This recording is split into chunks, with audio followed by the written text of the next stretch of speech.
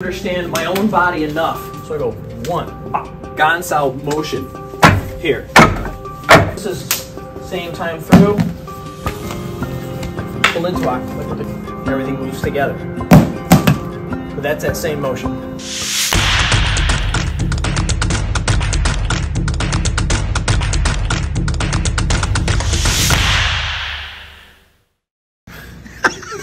Now, I think Dale asked a couple of really good questions in here and understanding, like, say, with this contact, or like, do we have any concern about coming up here and cutting our hand?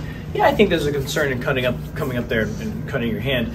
And so it's not about a specific target. It's really about understanding the coordination of your own body and where you're at. So in a motion like this, because it's more rehearsed and prepped and pathway driven into your body, that you have a greater understanding of pulling something like that off in flow as a response, without cutting yourself, because you put that time into play with it. Does that make sense? Because when this comes in, I have no idea, assuming I'm successful, I have no idea if it's going to be here or here or here. Does that make sense? So for me to try to predict where specifically I'm going to touch on the hand is hard, because when that comes in, like, and that's fast and that goes in, I just have to understand my own body enough to know not to cut myself. I have to have a self-awareness. Does that make sense? And a lot of the stuff we do with the knife really develops a self-awareness, especially when you get into like reverse grip stuff and you're trying to like have to get around your own arm without cutting your own arm. I think that's a really valuable tool, personally. So let's talk about this next. We're going to, for the last two here, we're going to go close cut to angle forward to thrust, or simultaneous thrust. So we're coming from that closed side position, right? So now when I do this here, I'm just going to simultaneously run that 4 across, and then come in with the low 6, right? So I go 1, bop, in right there, okay? Simultaneous, if you can. It might be 1, 2, that's fine, but anything we can do to get these motions to move together. It's funny, you think like, oh, wouldn't you want to lock and then go? Yes, but when you look at a lot of different motions in martial arts, there's some common things that if you kind of cross-train around, really help your body just learn to move and adapt from art to art. We have a wooden tongue. So if we look at like a basic Gansao motion here, going side to side, it's that same idea, right? So if we look at this general concept, one hand, one high, one low, moving together, shows up in so many martial arts. Because this is, I think, a general concept of how humans move. Right? If you look at this motion, he sends this as same time through, very similar to the same idea here, right? Everything was moving together. Does that make sense?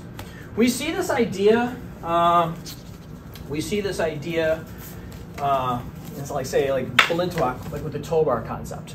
Like when I hit, everything moves together. But that's that same motion, right? Anybody here ever do karate? Anybody ever see something like this that constantly shows up in your katas, your forms, right? Now, I'm not talking about like this is the actual application. I'm talking about if you look through almost every martial art, there's always a form of cover high, cover low, and that the torso moves with it together, right? This here, same idea.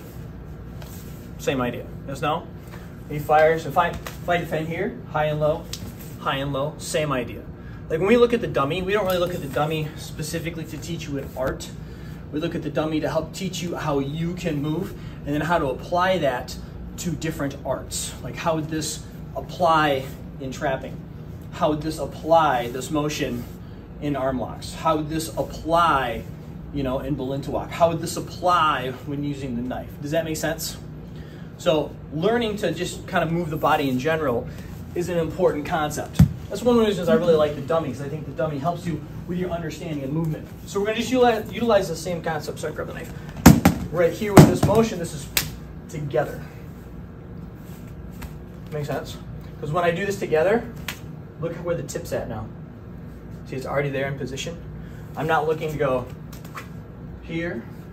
I'm not looking to throw my arms and my body go. I just want everything to move together, if possible. Can we try that?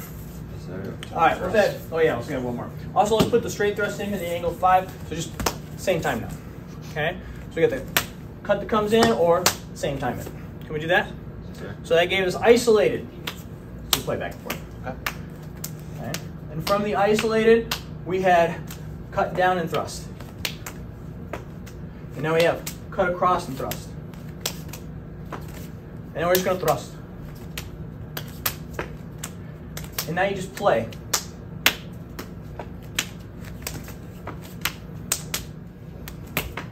There you go.